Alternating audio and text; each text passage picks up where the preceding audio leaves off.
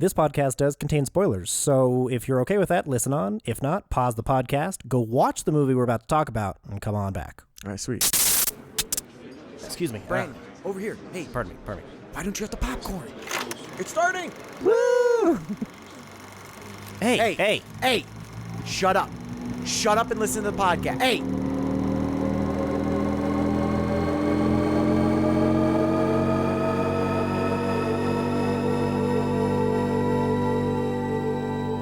There's a lot out there to see. This is what we watched.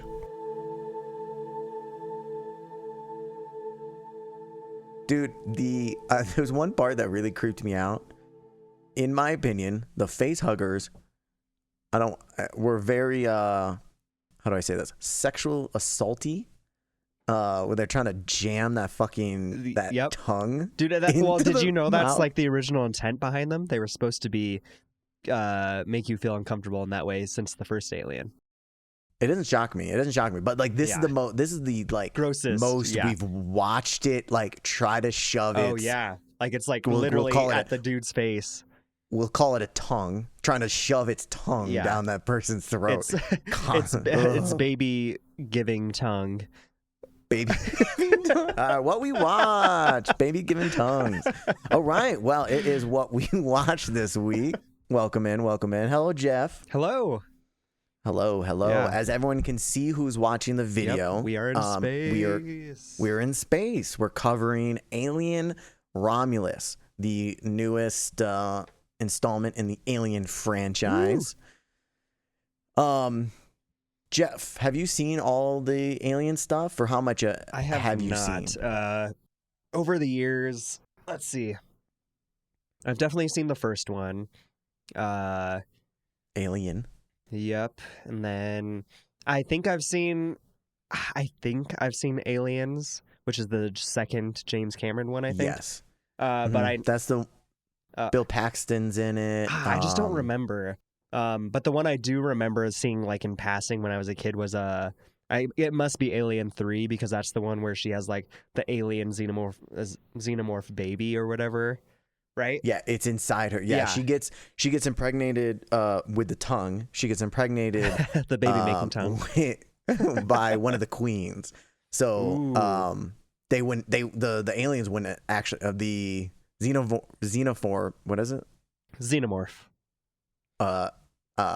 Would not attack her because they could sense the queen. Yeah, that was the third one. Yep. She was on a prison planet because because the baby was like nice to her, and then like they were cool for a bit, right? Or no? Well, the baby was inside her the whole time until the very end. Mm-hmm. Spoilers for Alien 3. Because at the very end, like they're trying to kill all the aliens and stuff like that, and then the Weyland Enterprises shows up, and their plan is to capture her because they want what's inside her. And she wants to end it, so she sacrifices herself and jumps in. I want to say it's lava. She jumps in some lava, and as she's going down, that's when the alien pops out of her chest, but doesn't go anywhere. Like goes into the lava or molten whatever it is. I forgot what it was.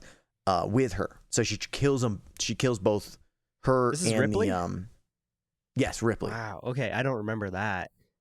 Yes, but you know why? Because then 4, they said, fuck that shit, and cloned her. Yeah. And so she's exactly back. And also the weirdest thing in 4, I think, is they cloned her, but then when they cloned her, supposedly they cloned the alien with her. Hypothetically, it was all one big package. So then they took the alien out of her, I believe, if I remember correctly.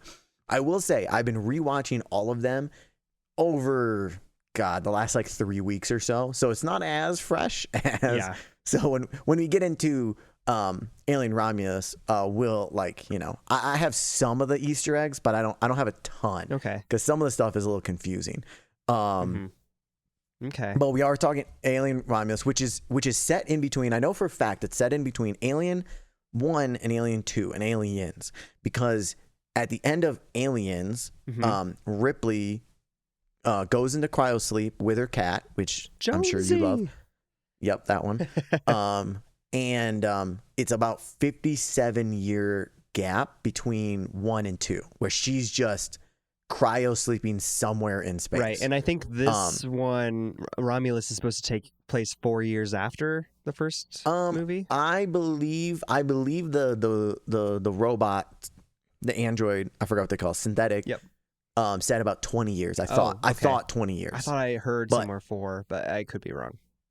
I mean, I'm not really Just sure. after, it could definitely, yes, it's definitely after and then before they wake her up because I mean, like, so 2, when they wake her up in 2, they reference a I'm trying to remember exactly what they call. I believe they called it like a colonizing planet that they haven't heard from anybody in a very long time. They reference it as like somewhere stuck in my brain. It says 57 years. I mean, 57 years. 57 families. Now that I just said that out loud, though, maybe I'm mixing the 57-year gap with the 57 families on there. So maybe I'm really wrong about that. 57 is relevant in some way. Yeah, apparently. I didn't realize until just now that I made that up. But either way, the main point being this one takes place after the first Alien movie because, correct me if I'm wrong, the alien that they pick up and find in space in the very, very beginning is the alien that Ripley sent, like, ejected out of the ship into space. Correct. Yep. That was the notion, is that one, I guess, fossilized somehow, which I didn't know. I think it's part of it's happens. like apparently. So I've been piecing that together in my head too, but because these are the perfect organisms, they're like survivalists and stuff like that. So I think it's like maybe a defense mechanism that it went into a cocoon state because just to protect it and put it into its own cryosleep in a way. I can see that because they say somewhere that they don't need to eat, they don't need to sleep, like they're perfect in those ways. They can still die, obviously, if they get like crushed. I was about to say, but they're more or less perfect. Yes, as best they can be. So before we get into like the actual movie, I'm gonna pull up some numbers. God, this flickering, even in space, even in space, the flickering. I'm gonna pull up some box office numbers and stuff to see how it's doing. But I wanna bring up. So if anybody's listening, we have a Johnny Depp draft that came out the most recent Sunday. This is coming out Thursday, so go back, watch the draft, fill out the survey to see, pick which Johnny Depp movies are your favorites, and then we go points off of that. That's this week. Then this should be the first week of our new month of Movie Club, which is we're doing another nostalgia, which I think is like the third month of nostalgia or whatever like that. And the very first movie that we're doing is The Time Machine from 2002? Yes, I believe so. 1957. From 2002. And a little spoiler because, sorry, we've already recorded that. But at the beginning of it, Geoff, you go, "Hey, Matt, why is your sound so, you sound so weird?" And I'm like, "Geoff, you're a fool. Everything's going to sound perfectly fine to the audience. It's just you guys that don't know." And I did figure out why I couldn't send my microphone through my computer. Guess what, Geoff? It was turned really far down. And so I was sending it through when you guys couldn't hear me, but it was just so low. Interesting. So wait, low through which part of your setup? The preamp on the mixture was set at like 0.5. And I also did realize it like partial of the way through. So I have not started to edit that that pod yet. So I'm not sure if it's going to be noticeable. I imagine it will be noticeable and it will get annoyed. But whoops. So when I'm telling Geoff that he's a fool, he was kind of partially right. And hopefully, unfortunately, my bad, guys. Whoops. We'll see if it's just me and Brandon talking to dead space. Nah. It won't. At the very least, I'm gonna jump in and be like, "Okay, Matt says this. This is where I said this. This is where I said this."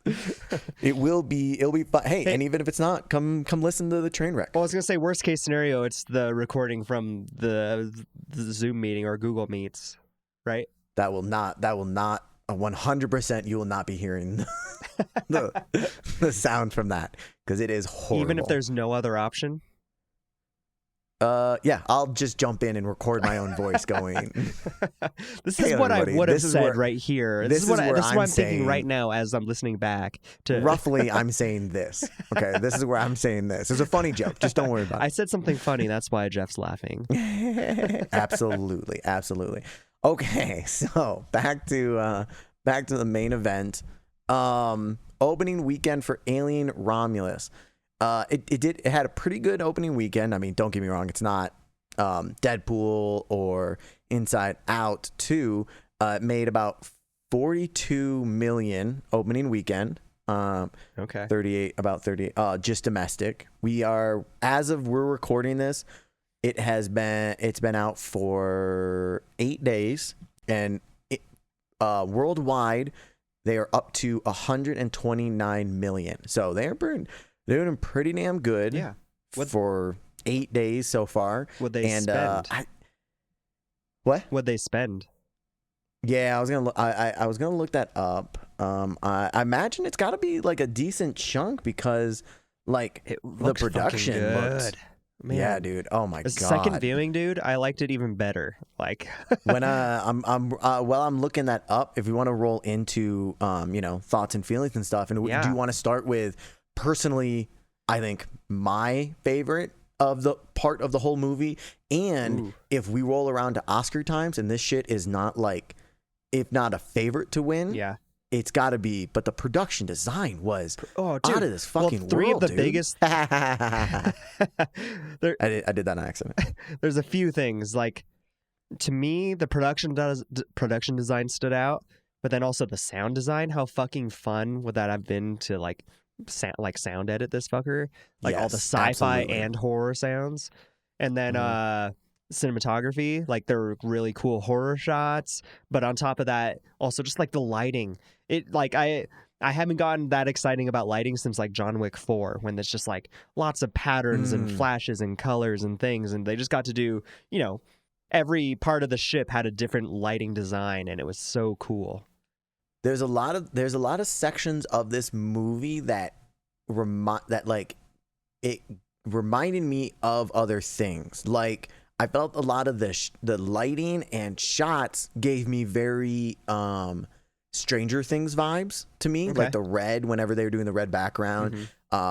There's another really the whole time I was watching it, I was like, I would love this production team to be given this cult classic TV show that they're constantly threatening to bring back at some point. And it felt so much like this. And go ahead and say it. It's Firefly? Absolutely, dude. The ships looked like Firefly. The insides. Would you want it to look that like horror styled, even though it's like, do you want the same comedic elements and stuff? Well, so that's the thing. I was the whole time, I'm like, I don't want to give it necessarily to the director. I want to give it to the production team, because I thought they did a fantastic job. But yeah, the horror and stuff doesn't give the Firefly vibe. But like, dude, the ship felt like literally felt like Serenity to me and stuff from the outside. And I thought they were gorgeous designs. On the note of the production design, there's an extra level of, yes, everything looked, flawless. It looked lived in. It looked all this stuff. But what I was most impressed by on the production design was their ability to make it like futuristic, scientific, but also old. Yeah, because you gotta remember, this is set with right after the Aliens, which was like 30, 40 years ago. So it felt very like, could still space travel, but then we had old computers. Well, they kept the old aesthetics. Like they held true to the original aesthetics, which was awesome. Beautiful blend. And that's something that honestly Disney has done pretty well too in terms of the Star Wars stuff. Like they have kept a lot of those old machines and things as well in their production design for this futuristic sci-fi kind of spectacle. So I do applaud these production design teams for being able to pull that off well. Super cool, dude. Honestly, it is.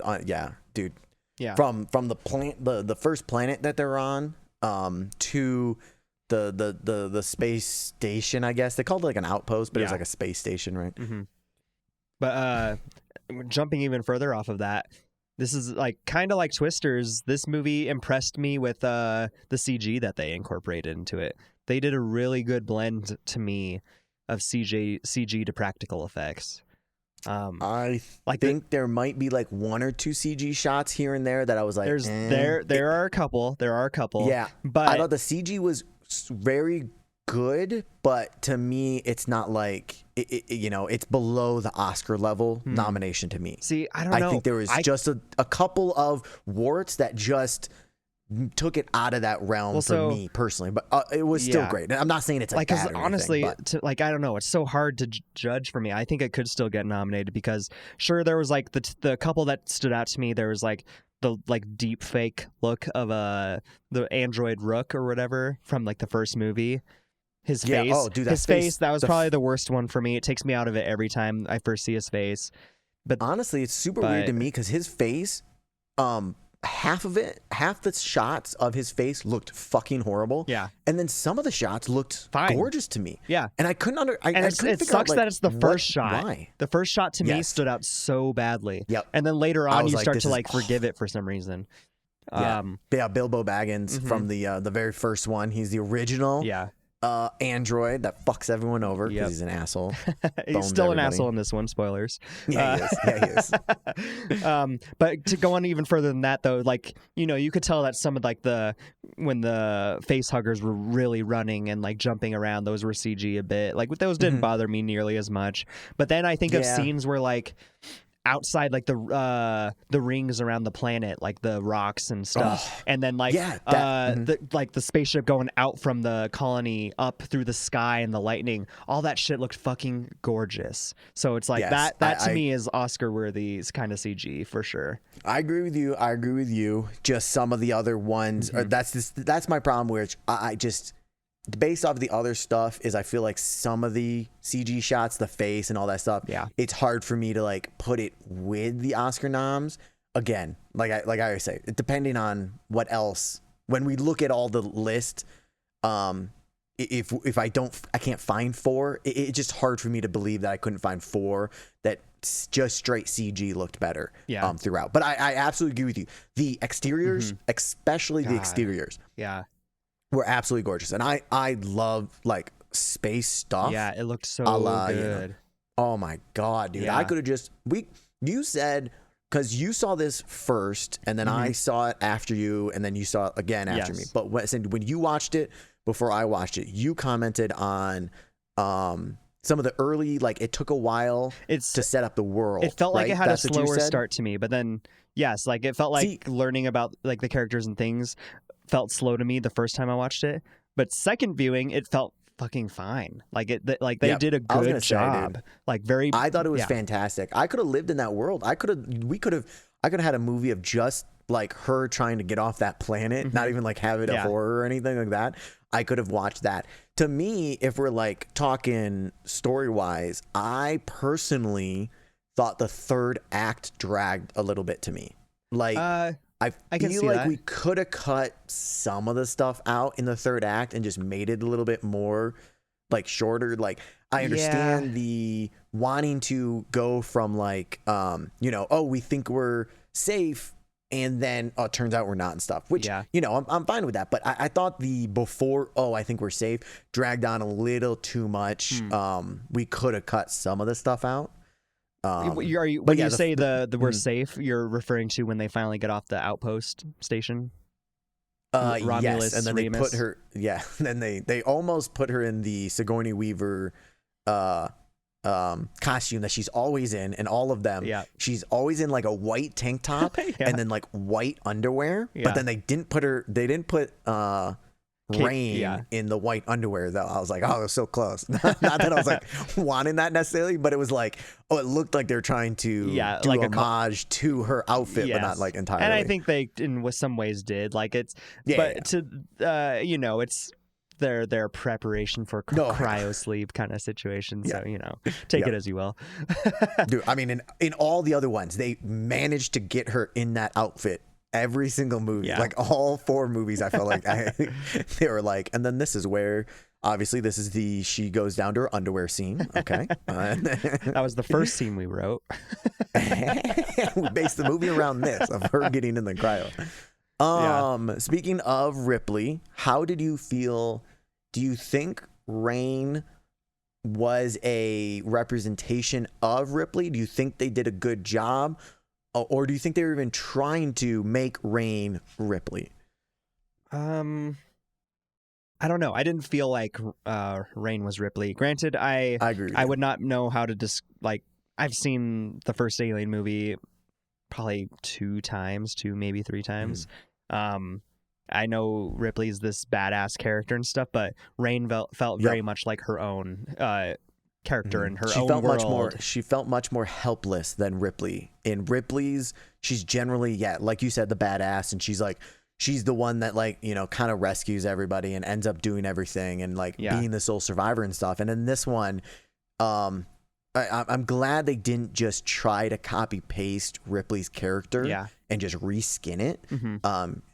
Rain definitely felt like her own character, which I liked. I liked the character. Same. Complex. What? I said complex character. Oh, complex. I thought you called her Lex, and I was about to be like, have I been calling her the wrong name?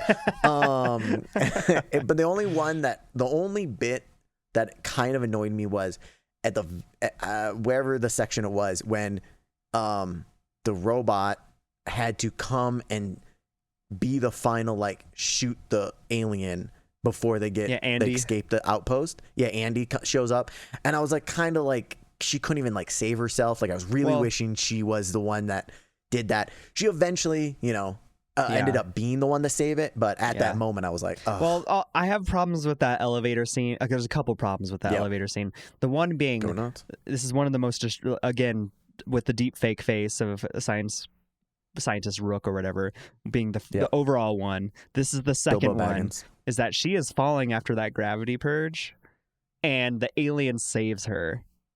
Yes, literally, that it was so saves weird. her and sets her on the ladder, and then it starts moving towards her I'm gonna kill you slowly, maybe. And they had to get the classic alien shot that they have where the alien. I don't know where to put my hand, so my hand motion.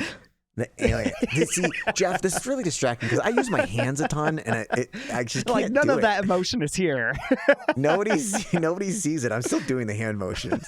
Every once in a while, you'll see the hand. We can go switch in to the face. just the space. No. background. But it was so weird that the alien. If I were that alien, I would have just her. acted like I was fishing. I'd wait for her to come close and then just stab her with my tail and catch her. Yeah, versus just absolutely. grab her, catch her gracefully, and then set her on the ladder. I don't understand the logic get of that. it grabbing her and placing her nicely now down. I'm going to kill you. I need you to know that I'm going to kill you. I don't want to just kill you without you knowing. I'm like a super like a sci-fi where I feed off your anxiety and your anger and your fear. Now that I'm thinking about it upon second viewing, it might have set her there so that because there was a face hugger that was about to jump on her before Andy shot that. But I personally don't think of them as that so that's how they high level intelligent. I know they reference them. They're so smart and shit. But that's how they reproduce though, was through those face huggers. And I understand that, but I feels like I normally on the other ones, and maybe I just had a different interpretation of what they were trying to do. But other alien movies, they don't seem that smart. They're smart enough to hunt and stuff, but I don't see them really doing the multi-level, okay, I need to restrain myself because we need to reproduce more. And also, I felt like there was a ton of them anyways, right? I don't know. Yeah. I don't know. I mean, she did just kill a bunch of them before that scene. Yeah, but you'd think he'd be like, oh, they're killing a bunch of us. Maybe I should just kill this one, and then I'll just find more humans. Yeah. Because realistically, you're going to get one extra thing out of her. One more perfect organism. Yes, very true, very true. One more perfect organism. I don't know. That's the other scene. But going back to the cinematography a bit, how did you feel about it? Because, man, if anyone's ever played the game Dead Space, they'll know what I'm talking about. But man, it's just the classic horror space look, dude. They killed it. moving lights. Like there's like a shot of like on the outer edge of this ship where there's those windows bordering like where the sun is and stuff. But like even when like it's the ship they flew in on when it was about to crash and stuff. Like I mean, just all the shots. You pick any shot, it's like they're all so gorgeous. Like yes, yeah, they loved. I love the moving like, lights, center. like with the sun. For or those the listening, ships. I'm gonna be pulling up photos on the God, it's so video on good. the YouTube. Yes, dude, the cinematography, like if I rewatch it, can I just say this is like the most badass poster? I think. Oh, I want it. Yeah, look at this, dude. Yeah. So cool. Yes, there are like if I were to watch it again, like be able to sit down with it and really like break it down, I'm sure I could find more tendencies and styles and things they were doing specifically, but it was gorgeous and it wasn't boring throughout. It felt very horror to me. I've never played Dead Space. Okay. Yeah, like here I'll show you some Dead Space images here. Sorry, folks that are just listening, but you should go check this stuff out. I'll keep talking about. But yeah, bullshit. here, look. Let's see. So like, this was like the cinematics from the game, and the game style was like very dark and like through shit like that too. Like, so fucking good. That. Oh my gosh. But like, it's dark, and then like what lights it up, it kind of feels like it's like LED lights in the background or so, kind of. Yeah, but they did what Romulus did too was just a lot of atmospheric shit. Like they, you know, there's the scene where I forget her name, the sister of like the main dude, like who cares? Yeah, you know, the sister and brother combo. The sister when she fell and like the water sprinklers turn on, like they had this really cool atmospheric look with the water and shit too. They just did everything. Like they had the moving lights, like pulsing lights going through, and strobes and just lighting. Her lighting name was porn. Kay. I think it was Kay. Kay? Yeah. Okay. Kay. Yeah. Rain was the main girl. Yep. Cailee Spaeny. Cailee Spaeny. Spaeny, whatever it is. And then Kay is Elizabeth. I'm not even. Fuck it. Kay. And then the other chick was Navarro. Yes. And then the men were Andy, or men, quote unquote, robot. He's a real fake Tyler person. is the Tyler is the main one, and then the douchey friend that annoyed the shit out of me was Bjorn. Bjorn? I can't imagine that sound. Bjorn? What? Bjorn? Yeah. Yeah. Yeah, it did. Like now that you're showing me you showed me the Dead Space. It definitely felt very similar to that, because Dead Space is a right? It's like a space horror kind of video game. Yeah. Well, it's not super horror elements, but it's like it is a regular gameplay. Yeah. Which then had some scary moments and stuff, just because you can't just have the straight up horror game that long. But that being said, though, I don't know if you felt the same way, but watching this movie again, it gave me vibes of a video game playthrough, because these characters, you have your initial meet up, and then they're just like, here's our objective, and then you go to the place. Okay, here our objective is to go find these cryo fuel and pods or whatever. Oh, they're out, we don't have enough fuel. Okay, here's the next objective. The fuel's over this way in this station. Go there. And then now you run into all a bit of your monsters and things. I can see that. Just step by step objectives. And then, God, I swear he's this director is a Resident Evil fan, because they have shit like that in Resident Evil constantly, where they're like, oh, this side of the lab is Remus, this one is Romulus, and then just based off animals and symbology and things like that. And then let alone that elevator that goes down to the laboratory, classic Resident Evil. So it was super interesting. I really wonder if he likes I actually did run into an interview or article where he said he's played the Alien video games, and he really enjoyed that horror style of the Alien universe, and that's what he kind of based some of his ideas off of as well. I haven't played the games. Will say, I'll say the Alien franchise as a whole, it feels like it generally goes through different styles. It changes. Like Yeah, the totally. first one was horror. The second one was an action. Yeah. The third James and Cameron. fourth one, they kind of made it a little bit more like cheesy actiony. Yeah. Prometheus and that sequel felt more like, honestly, less of a horror and less of a alien movie and more of like a thinker kind of cinematic vibe. And I'm so glad, and I thought it was a great choice for this one, Romulus, to go back to the roots of horror and really make it scary as fuck. And I thought they did a great job of just, and this kind of might go to like the Dead Space vibe that you're kind of bringing up, just like creepy. Like we were talking about before, the face hugger was always kind of intended to be that creepy, you know, very creepy sexual assault-y vibe. And they just nailed it even farther here. Oh yeah. Dude, the lack of a better term, the human alien also was so fucking creepy, dude. Yeah. Dude, so creepy. The first shot of him when he's like in that little hole, like tunnel, and the lights are flashing and you see him crawling up, dude. So fucking creepy.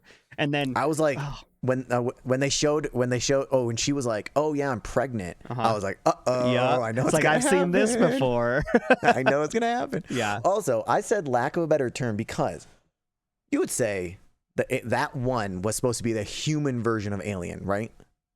Because Alien, so throughout the series, aliens take multiple different they mix their DNA with whoever, correct. So there was like a dog one, there's a predator one, you know, there's multiple different kinds. And so the dog one, they attach to the dog, impregnate the dog, lack of a better term, lay seeds in the dog, and then it comes out as a dog form one, right? So I know we're going to refer to the new one as a human one, but my argument would be the normal one is the human one, because the normal one that we see is the face huggers putting the seed in a human, and then it comes out a human. So that's the human version. I wouldn't even refer to this one as a normal or human one because of the fact that it was spawned because of the black Prometheus oil stuff, because she injected herself in the neck. Guess. So she did not get seeded the same way. She did not get seeded. You're right. They did, like, because you saw Prometheus. Didn't something similar like that happen? She did get seeded the normal way, but that was earlier with a human dude. You're talking did not get seeded by the face. She got seeded our normal way. That is very true. That is very true. Yeah. And honestly, that kind of goes to like Prometheus style, where God, in Prometheus, I don't know how many actually got, like, I think maybe one or two got actually seeded. Like the classic style is mostly like the Black Gook, which is where like the Prometheus vibes come from to me. That you're saying is like, oh, you know, if you've seen Prometheus, I don't know if it would help you necessarily, but that is kind of how they made monsters. Is it was much more of Black Gook got into people rather than the face hugger stuff. Yeah. I don't. Well, I was gonna say, did you know an interesting fact about that offspring creature? Have you heard anything about that? Oh, you don't know? What? Okay. No, sorry. Go ahead. I was just being very dramatic in my Oh, you're suit. good. So that was a dude that they put prosthetics and makeup on. Ooh, and holy let me show crap. you some shit. So his name Show me is some poo-poo. His name is Robert Bobroczkyi. Oh, why does he look familiar to me? I don't know, but he's outside of I just saw him dressed as an alien. So yeah, let me pull you up to a different tab. Scroll down. Sorry. I'm going to a different tab. I'm going to his general. Like, he's a 7'7" tall dude. Ah, that's where I've seen him. I've seen him playing that basketball. Yeah.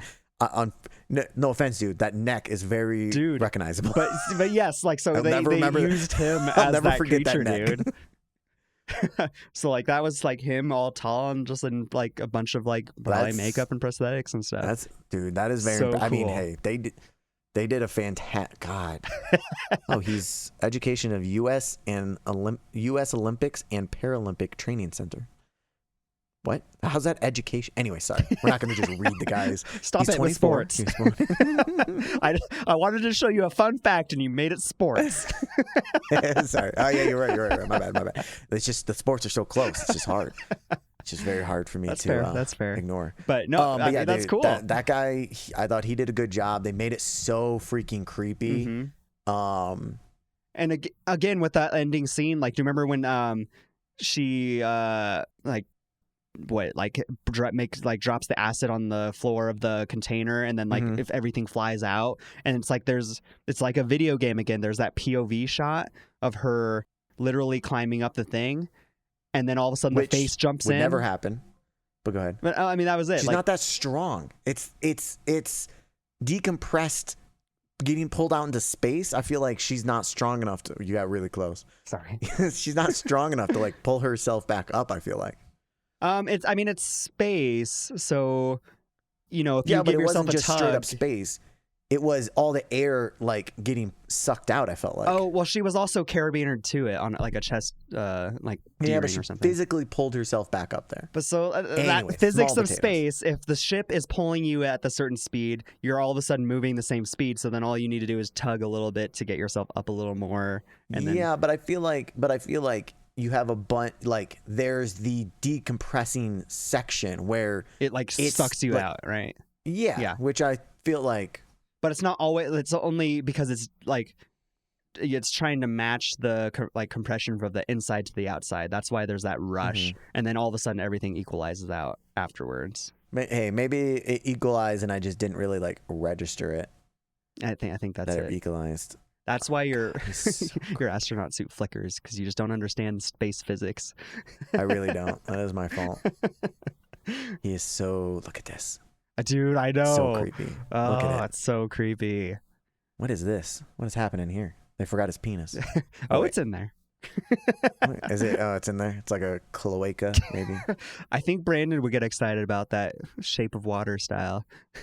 Oh. Sorry, in my head it made sense. I saw your confusion. That was weird. Hey, there's no Brandon today, like, so you're allowed to say Oh. whatever you want. This is the time where you could express your feelings about Brandon. Always wanted to say some bad shit about it. He'll never hear it. It's send him this fine. You don't have picture to and worry be about like, Shape of Water 2? No, we should send it to him and be like, is this you, Brandon? Oh, no. It's because he's tall and lanky for the people who have never seen him before. He's not quite 7'7", but and he doesn't have creepy holes Feels on his like back. it sometimes. But branching off manner. like our love for like the cinematography, because I think we're both in agreement that it looked fucking amazing. Yes, it's interesting that there were what? Nothing. Okay. I was gonna say I looked up the cinematographer. His name is Galo Olivares, and the only thing that I have heard that he has shot previously is Gretel and Hansel, like the serious kind of horror-esque one that I've seen. I've seen parts of that movie, but I didn't see the entire I haven't thing. seen it, but I know what it is. Yeah, the it's vibe. like where they like grow up and then they're just like, I think what's his face? Jeremy Renner is Hansel in it once they grow up and they're just like monster hunters and shit. Oh, really? Yeah, I think that's what the storyline is. Like as kids, they go to like the classic like witch's house, right? And then they fight back and kill the witch, and then they become witch hunters. That's what it is. And then they're grown up, and like towns like call upon them. They're like, "There's a witch killing our children, and can you kill it?" And they're like, "Yeah, because we're badasses." Call upon the town. The witch is here. Witches, get your witches. Get your witches, Bricko. Did you ever see Don't Breathe?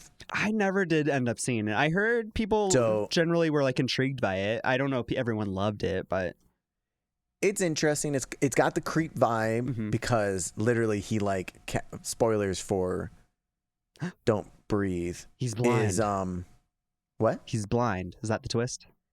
No, that's not. Well, that's kind of a twist, but it's the twist. The twist is more that he's a psychopath that captures women in his basement, and so like they break into his house to steal something. I think. Oh, because they're gonna they know he's blind. Captures the woman and like tries to. I don't know if he does or he tries to impregnate her with a turkey baster.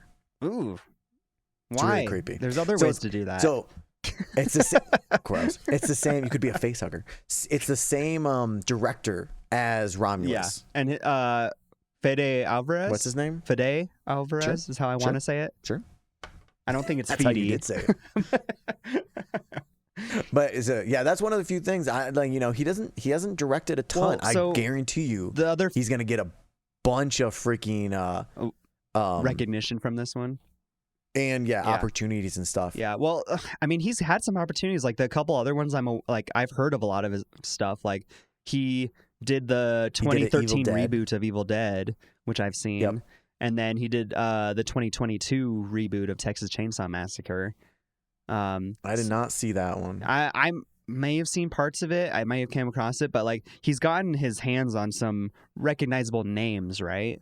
Even though they're reboots and remakes. Yep. Same thing From with Alien, but Dusk Till Dawn, TV show, a couple episodes, 1 episode, sorry, but 9 episodes of Calls. I don't know about that, Yeah. but also, you know what the weirdest thing is? I very rarely do we go to these big movies and I look up all their stuff, and everyone always has something upcoming. This dude has nothing upcoming currently, like at least that IMDb recognizes. Yeah. I'm sure he will which after is this. pretty crazy.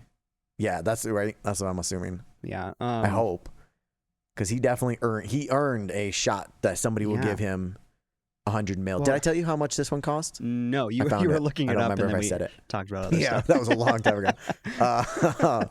It was reportedly $80 million for production. So in theory, they've made that back currently. For the production, we don't know about the marketing because it feels like they heavily marketed it. Oh, they sure did. I saw videos. I think I sent it to Max because he's who I saw it with first. But wow, dude! Wow. Well, like they showed it. Wow. AMC has. This is how you're gonna tell me this shit. You were in Grand Junction or something. I'm pretty sure. Yeah, but likely story. But I sent him the video of like AMC's advertising. Max doesn't like me anyways. There was like people laying down in the theater with face huggers on their face and popcorn on the ground and stuff like that. That looks fun. I imagine. I wonder if. I assume Brandon's still gonna see this. He should. Even though I don't know how many like aliens he's seen and whatnot. He should see it. He should see it for the Firefly alone. Oh, did you not catch my joke back to your joke? It was a callback to your joke. Didn't, sorry. I said he's in it. You should see it. See, it's funny if you heard what I said. Yeah, we've been stepping on each other for a bit more, I feel like, today. That's all right. Hey, I'm fine with it. But yeah, so hypothetically, they made their money back, and I would assume. Now, I will say, when I was looking at this, it's Friday because we're recording on a Saturday. They're saying Friday, yesterday, it made $4.5 million, which means yesterday, freaking Deadpool beat them. Yesterday, Deadpool beat them.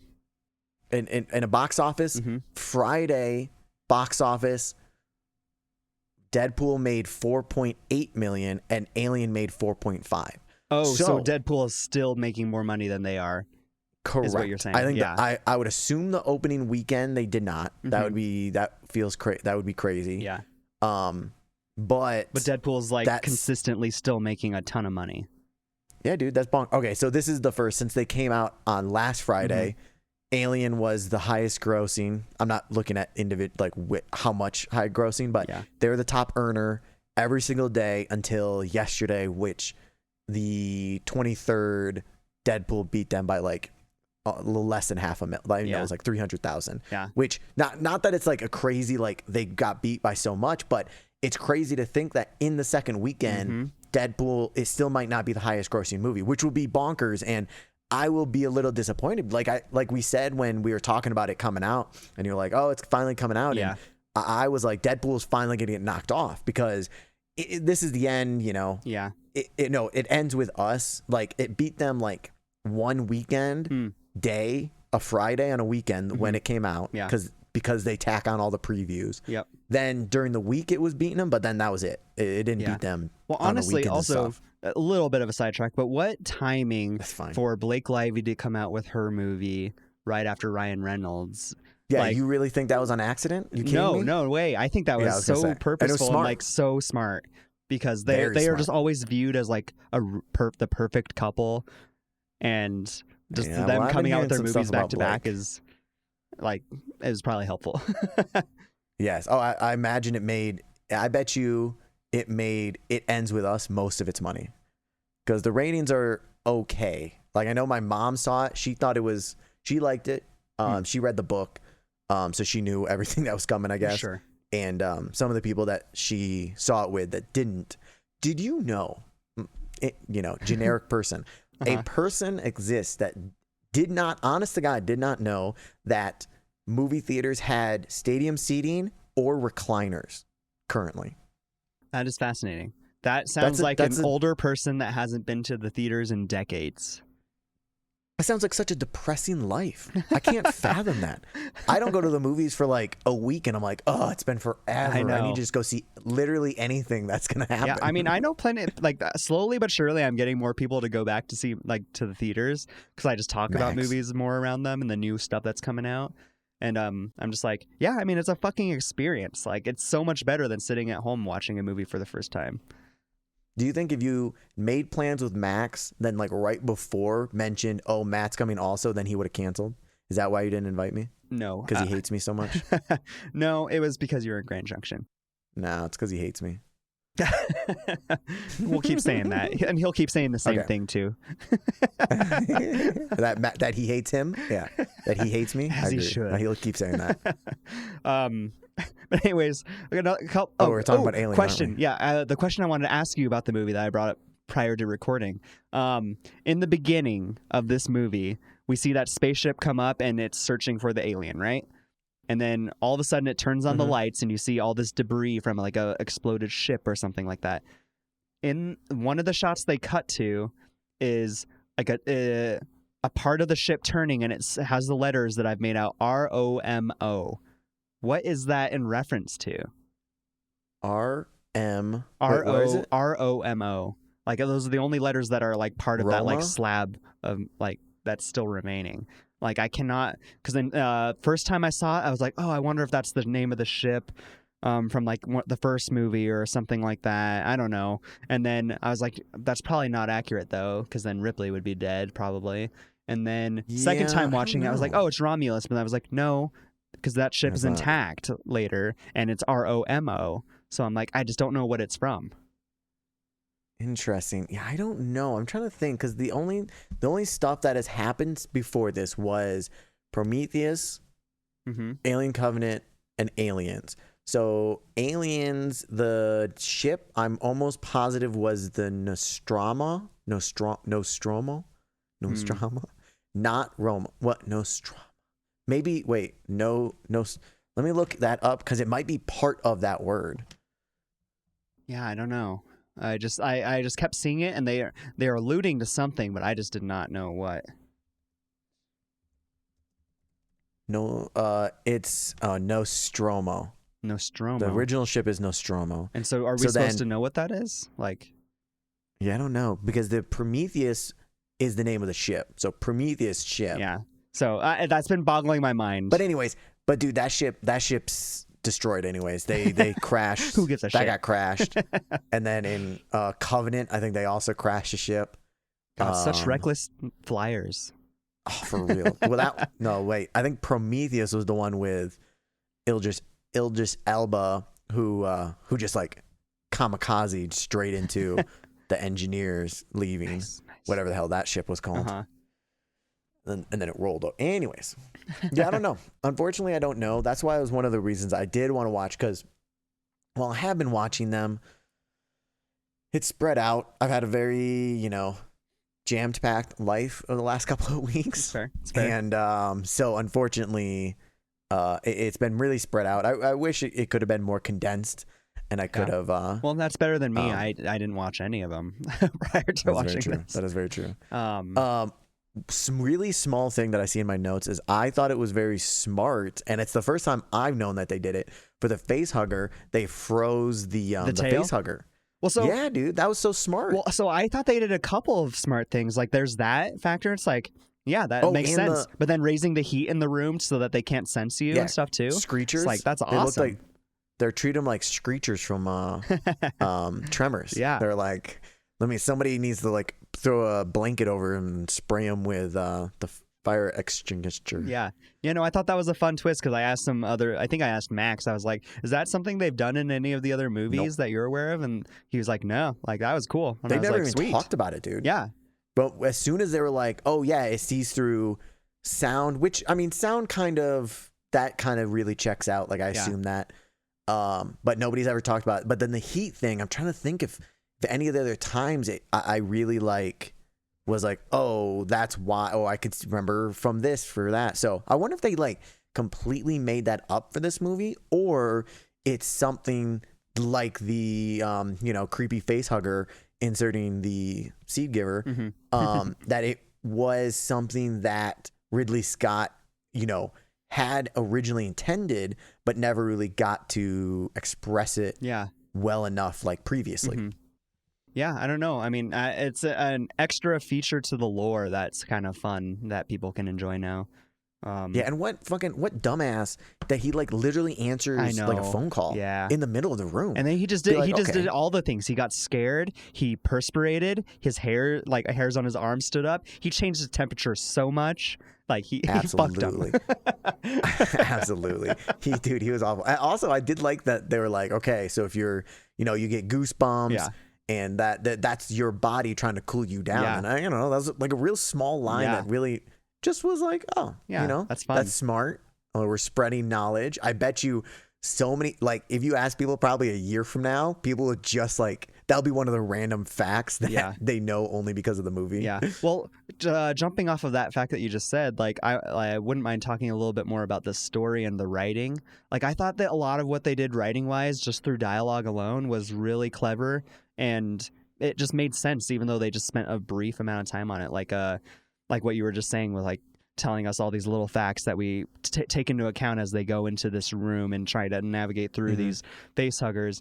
But also things like I loved the writing for when Andy finds out that the planet that Rain is planning on going to doesn't allow androids on it.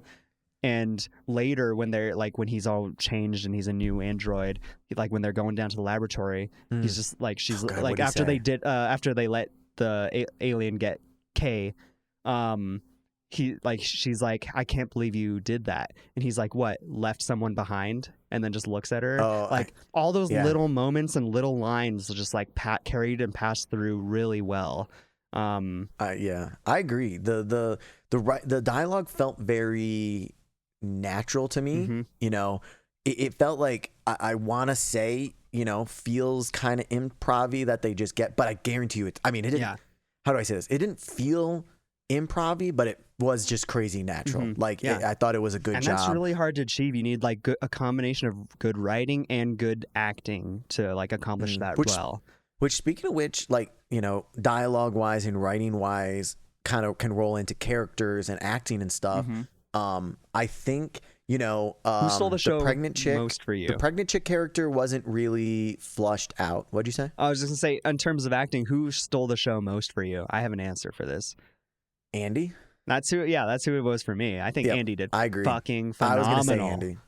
He was and especially when he changed, which was so interesting, because when he changed, I was like, oh, I miss the old Andy, his other Andy. I like that because I really like that storyline. Again, we're like with the writing. God, my rating is slowly going up as we're talking about this. Same. It's not as, I don't think it's gonna be as high as you. But I really like the storyline of the dad jokes were literally just like her dad wrote the program, the whatever you're calling it, the programming and stuff, and put jokes in and stuff.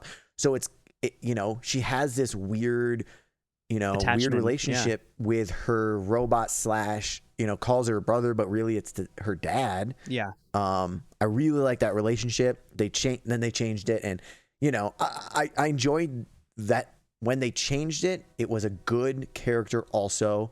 It really drove the plot, and it really felt like old school Alien, where the rope with the you don't know if they're on your side, right? And also, you could kind of count this as the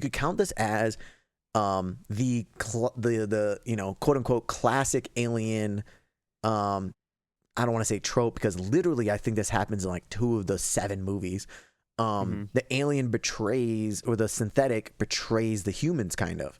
Like especially in the first one, you watched Rook be an asshole. And then this one, he he wasn't playing along, but once he uploaded it, then he changed everything and really just, let the humans die if he needed to, because that's not his main priority, and kind of betray them. So it was a good, like, still did that quote unquote, trope, whatever, but they did it in a different way. And it wasn't just a copy paste from the original one. Oh, he's back. Oh, yep, there I am. No, I agree. Your camera looks so much better, so it looks so much more real when you like pop your head open and stuff like that. Like I can see the texture on your helmet. Yeah, like your. Well, I also have head. the lighting from the like correct side too. Like my light. I have lamps also. My light is like shining right like on the top of my head up here. That is very true. As it well is as like the side. So. It is perfect. But we lit this specifically. But yeah, that was a good. Andy did fantastic. Yeah, no, I agree. Like the second viewing, I was able to like more focus on different things rather than just like kind of roll with the story, And David Jonsson, the actor playing Andy, man, he just plays like innocent, like his facial expressions, his eyes, and like the way he stands is so like innocent at first and everything, and then as soon as he changes, he's like literally standing upright and more like just like menacing, honestly, in some ways. Like it's super interesting, and I loved what he did. Minor changes that really change his character, and especially with being a synthetic or android, I don't know why I keep spacing what they call them. Synthetics, I think. It was a synthetic? Yeah, okay. I think so. I agree with that, and I don't know why it seems weird to me. So the robot thing, they also call them fake people. Being a fake person, he doesn't have like the full range of facial and emotions that he can really use to tell and act and express feelings, but he still did a fantastic job with the limited space that he had. Well, he also hit this borderline area where you're just like, I don't know if you were trying to kill these people. It's like I don't know if you are on their side still, like the entire time. Dude, I mean, what a great line when the Tyler is running and he closes the door and he slides through perfectly, and she's like, you tried to close it on him. He's like, no, I timed it perfectly. Seems like I did it. It's like I did it better than the last time. There's some that got through the last time. But here's the thing. Is that the truth, or was he just didn't care and they made it through? And I think it was. Well, I'm just gonna say this. I think he timed it in a way. I think he hit the door with the intentions that he could get through still, but he wouldn't have phased him if he did not. I'm trying to remember if I can't think of it if he paused before he closed the door, or if he just immediately started closing the door. A little bit. I was paying attention to one of those things. Like he got through, waited a little bit, hit it, and then I was just like, if he had stuttered, Tyler had stuttered at all, like he wouldn't have made it through that door. But then, I mean, also going back to Cailee Spaeny as an actress, dude, she is doing fucking awesome. She is getting in really good roles. Like the last thing we saw her in was Civil War. Yes, that's what I was gonna say. She is becoming one of my favorites to watch for her now. Dude, whether she's picking them or she has an agent, a manager, an agent picking them. Hey, she's 2 for 2 so far. Yeah, like she also was in recently. Priscilla. Yes. She was Priscilla, which I did not see. I did not see it either. Yeah, but I heard good things about it.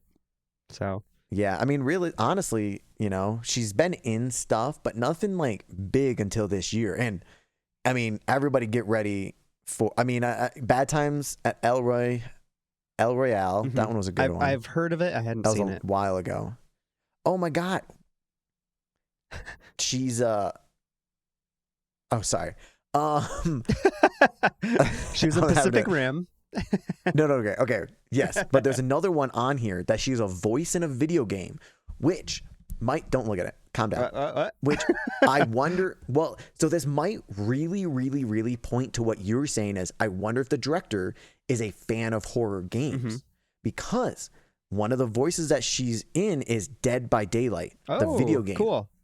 Which is a very there's a creature or like a thing hunting you guys down. You're kind of trying to be sneaky. You're trying to hide. Have you played this video game? So I've watched people play it. Okay. I don't play video games. I watch people play video games. But so there's one more step farther too. Watch. Guess what her character name in Dead by Daylight is? Rain? Yes, it is. Oh, it is Rain. That's cool. So That's I'm got to be on wondering purpose.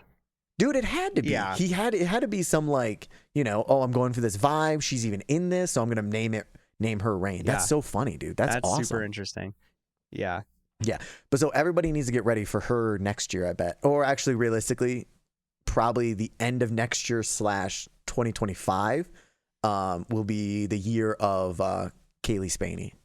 Because this between Civil War and this, she's gonna get a lot of love, she's gonna get a lot of recognition, and that's kind of how it works in Hollywood.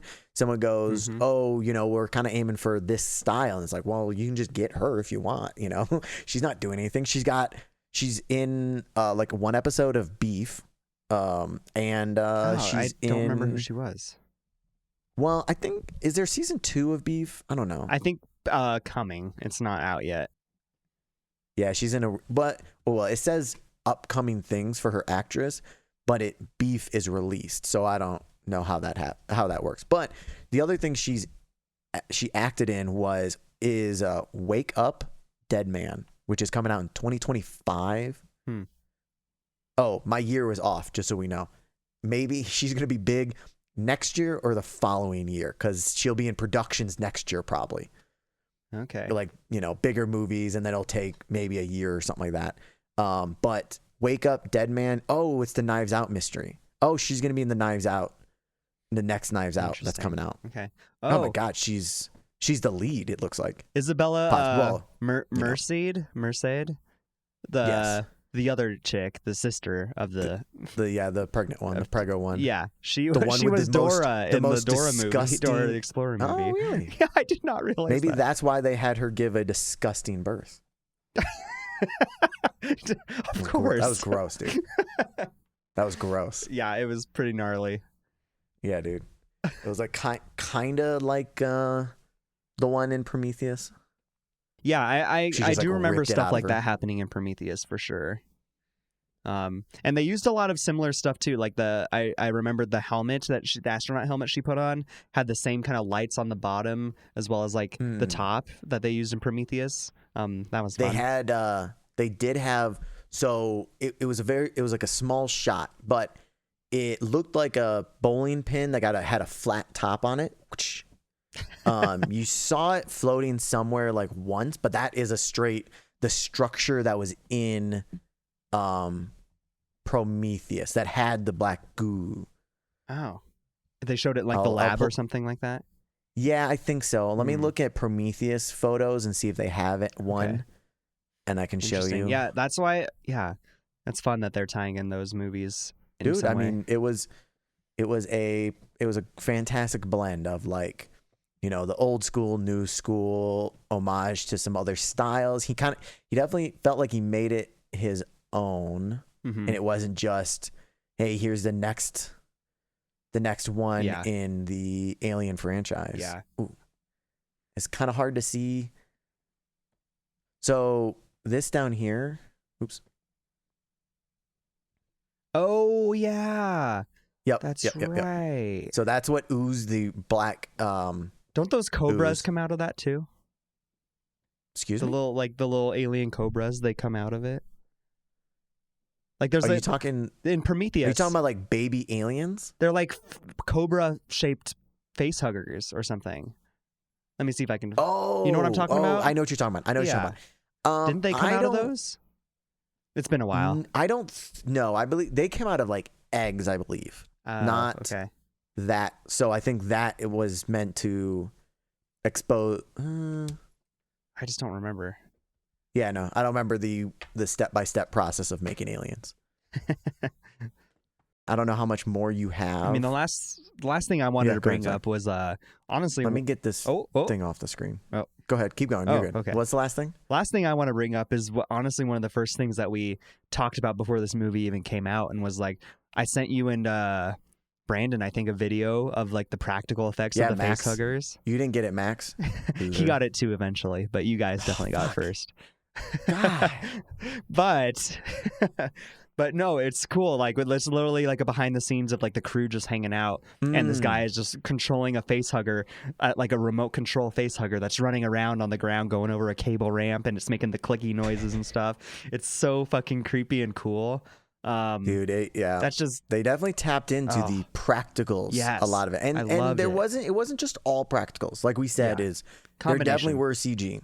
You know, but sometimes good CG, bad CG. Sometimes I noticed the times they did use CG, they just like held on it for a split second. Like the shot that jumps to mind for me is when they get out of that cryo room where all the facehuggers are.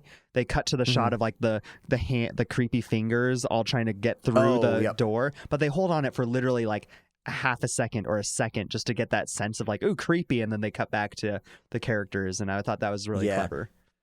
Yeah, no, they did a good job of, even when they did CG, they didn't hold on it too long. Mm-hmm. There's the one there's a couple super ones, mega.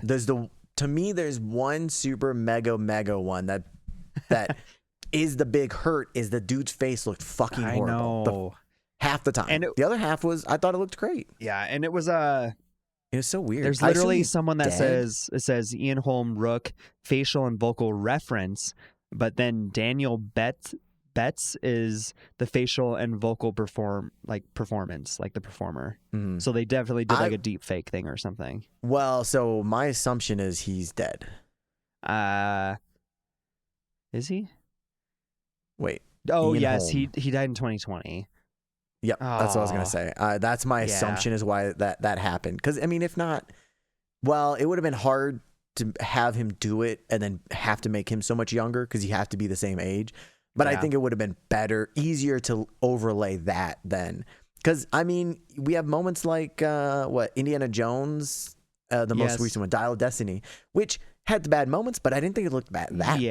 No, it didn't. And that's the distinguishing factor, right? You still had the actor actually doing it. They just aged them down versus, I don't know if you saw The Mandalorian, like second season. I think they have,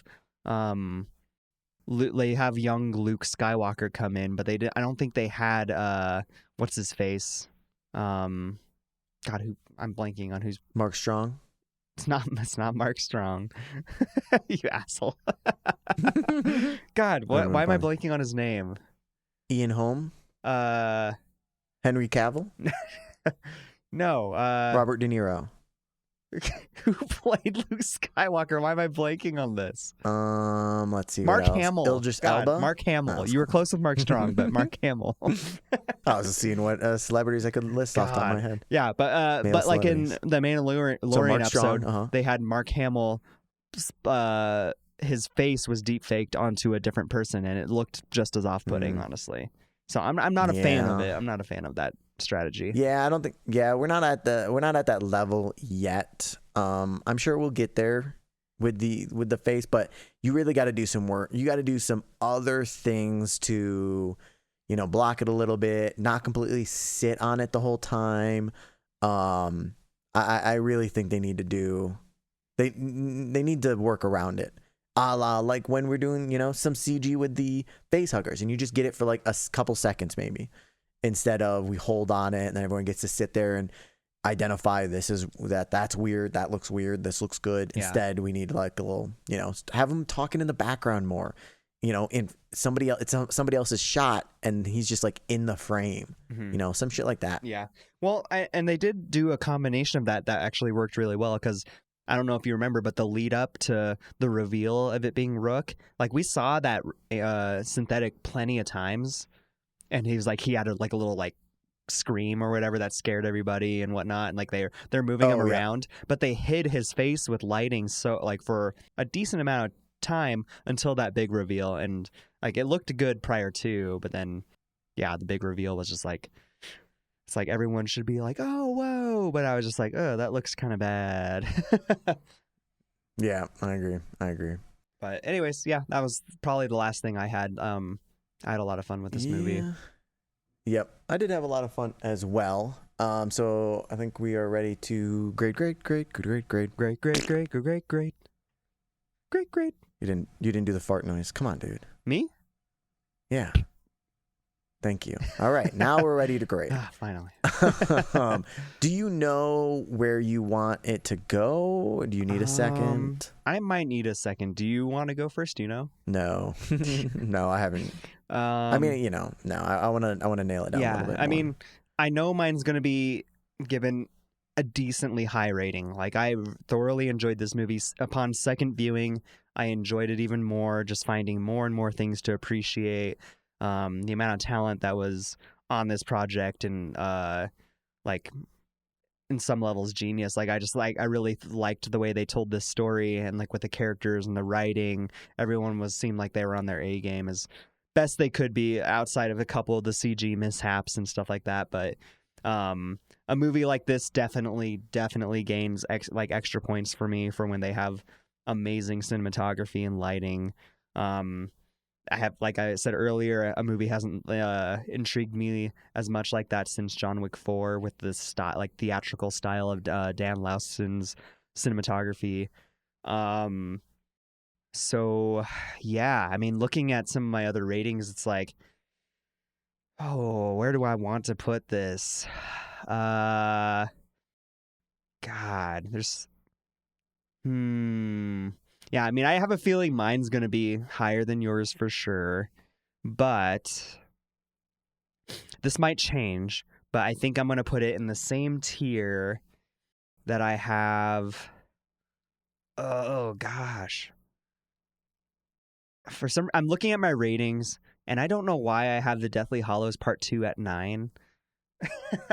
Like, it's like, I know it's good, and it's probably nostalgia, honestly. I just really enjoy the way they wrapped the things up, outside of the corny, whatever, like, sub-ending. But the Old Man Harry. Yeah. Old Man Harry. So I guess he wasn't that old. Like, that's the only 9 even I have currently. And then everything else just below that at 8.75 is like Spider-Man Across the Spider-Verse, Oppenheimer, The Revenant even, and Arrival. So I think I'm going to put that, honestly, in that same tier. Like, I think Deathly Hallows is going to have to bump somewhere else, but I'm going to put it in the same tier of how much I enjoyed, like, The Revenant, honestly. So I'm going to go 8.75. 8.75. Okay. Do you think, have you put anything that you just watched in theaters at a 9 yet? No. Do you have anything? I mean, the most recent one I have is probably 1917 or Joker at 9.5. Okay. Civil War is the closest thing to me. I didn't get to rate it because you guys did that episode without me. I still have the notes for it. That is very true. I do hate you. C-Max. But yeah, I don't know. This is because you're kind of at that level. If I did Deadpool and Wolverine, that might hit a 9. It's hard to put like things that I've only watched like once in theaters at a 9. Deadpool. Oh, okay. Yeah. Deadpool I saw twice, so it's like that's why I kind of would feel if I were be grading that. Now, this is not a 9. Not because like I let the end dragged a little bit. It was very, very fun, but it will be in the 8s. I mean, it keeps getting bumped up. So, like, I'm not that much lower than you, honestly. I am slightly lower than you. Right now, when I rolled in, I was in the 8 to 8.25 range. And now I think I'm in the 8.25 to 8.5 range. Yeah. I thought the production design was... I mean, second to none that I can think of. It's at the level of everything else. The sound design, I was wondering how your mix was in the theater, because the only time that was worked out for me to see it was I had to see it in Prime, which I think that's the one that they're like, oh, the seats will vibrate, which I think they just turned the music up. Relatively recently once, and it was like too loud. Correct. Yep. So I had that mix where there was like the music was a little too loud here and there to me, so it kind of hurt the experience in a small amount. And I ears. assume it is. Yeah, for real. Because I think they just crank it because they're like, oh, the seats will vibrate, but which I think just means we're gonna turn the bass up. Yeah, but Dolby, the seats vibrate a bit too. So like, I hear you. I wish I could see it in Dolby, but again, life packed. I had like one slot to see it realistically. So I was like, when can this work? So anyways, production design, fantastic. The sound was really good. I don't know how I felt about watching the alien pop out of Navaldo's chest. The pot. Yes, that one. The sound was pretty good. It was just like, I don't know how much. Kind of felt a little weird to me. But the rest of it was good. I mean, the acting I had no problem with. I hated that one kid, but just means he was a good actor. Unless he's like that in real life. Yes, hey, whatever. I hate him anyways. Good casting then. Yeah. Yeah, the story was pretty damn good. Like, it was such a wonderful world that was built in. Yeah, I don't know. It's hard for me to really, like, I don't have a ton of just like straight up knocks. I have, but I want to put it on the level of, let's see, 8.25 is like Anatomy of a Fall, Saw, John Wick 4, Bullet Train, Shape of Water. 8.5. You can go 8.75 too. Well, I'm definitely not doing that. That's like Interstellar for me, which it's a tick down from Interstellar. But I want to, at the moment, you know what? I'm going to put it at 8.25. And for whatever reason, it feels like it fits the other movies that are 8.25, but it feels like it should be at an 8.5. I'm very conflicted. I'm going to do 8.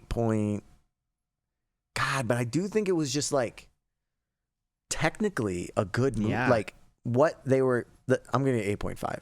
8.5, and what they get boosts for, I mean, one, production design is one of my favorite things. So it's like if you nail production design, it's a big boost. The other is that, like, when you look at it, they had a large feat to do. Like, this was a big thing. It's a beloved series that has spanned decades and decades, and they're just basically picking it up, and it's like, I'm gonna place it right in between everybody's two favorites, and I'm gonna like pay respect to the series and show things that connect it and do away, but I'm not just copying the stuff. You know, it's gonna be my own movie, and to the chance that I could see, I wonder if he's gonna make any more Aliens, because I know he said, he would love to do like a co-direct, a Alien versus Predator with the director of Prey. Yeah, he's like, maybe we could do a co-director, like they did on some other movie that like he directs part of it and I direct part of it. Which I think, that'd be cool. So I'm excited to see more stuff from him. I think he nailed this one. It was impressive. Yeah, it was just, it was a lot of fun. I actually had a shit ton of fun. And also, I'm a little worried that this stuff, it might kind of just not get as appreciated as it should. It's got, on Rotten Tomatoes, it's got 80 from critics, 86% from audience. IMDb is at 7.4. Yep. And like we said, if Deadpool beats Alien this weekend, I'm gonna be so freaking pissed, because this is while it is not an original, but it's pretty original. It's new. It's really fun, and it's gonna be sad when people don't go to the theaters to see this. Yeah, for sure. Yep. Yeah, I don't know. That is a tough one. And I don't know. These ratings could be from, like, the people that are critically looking at it versus, like, I think its success is higher than what we're seeing these numbers for because of the franchise and the fans of this franchise. Yeah, I don't know, but I felt like we agreed, other than the couple CG here and there, I thought it was pretty solid. Critically. Yeah, dude. Like, if I'm looking at like the technical side of it, like, I don't know what problems they would have. But I mean, also look at movies like let's see, I'm gonna look up Ex Machina as an example, because that one was like one of the first A24 films to be recognized into the Oscars, and that's rated at a 7.7. And those are, it's A24, like, they're very original, unique, and their stories are really deep. And sometimes they usually hit in that 7 range, but that doesn't mean they're not really good. So It's true. I don't know. it's They're hard. always so weird. Yeah. But more than anything, the money's gonna bug me. If it doesn't, Yes. if it doesn't make more money, then it deserves to make more money. Yes. Than what it's gonna end up. Yeah. Agreed. Unfortunately, hopefully not, but we'll see. We'll have to see. All right. Well, maybe we'll check in with that in the future. Give you an update on that. But that's everything for this week for Alien Romulus. Woo! Romulus. It was exciting. Thank you, everybody. I didn't try to seed anybody while we were doing this. Well, you did leave at some point. I don't know what you were doing, but that is nobody knows about that. I don't know what you're talking about. Sweet. So that's this. Come back Sunday. We're gonna have the start of our nostalgia movie club. Jeff, Brandon, and I are gonna be just watching some old movies that make us feel all warm and fuzzy. The first one is Jeff's pick, The Time Machine, 2002. With Guy Pearce. Next week. Yep. Yeah. Weird kind of connection, to the Alien universe because he was in Prometheus. Yep. After that is A Knight's Tale, my pick. Mm-hmm. A Knight's Tale, and then we end with the third week is going to be The Producers. Yep. You realizing this kind of real time that this month has 5 Sundays. Mm-hmm. So we're gonna have another fantasy film draft. If anybody didn't see that, we did one last week for Johnny Depp. We'll do another one at the end of this month. I don't know if we'll do a genre. Maybe we'll do one of the directors or actors that are in with the nostalgia movies. Maybe we'll still figuring that out. And then there's going to be another week that I don't know. Wild card week. Wild card week that I believe there is a Yep, there's that. And also I think there's a poll that you can vote on the movies, and if we get enough votes, we'll just do whatever the audience pick is. Nice. If not, I do whatever I feel like, which maybe not everyone loves. So awesome. Come tune back. I think next week we might have some more Fallout episodes. We might have Blink Twice. I'm not really sure. But we'll definitely be telling these you are the about things what I we guarantee watched. you. We'll be shut up. All right. Well, say goodbye, Britt. Whatever, Jeff, whatever your name is. Say goodbye. Bye. Bye. Jeff, no!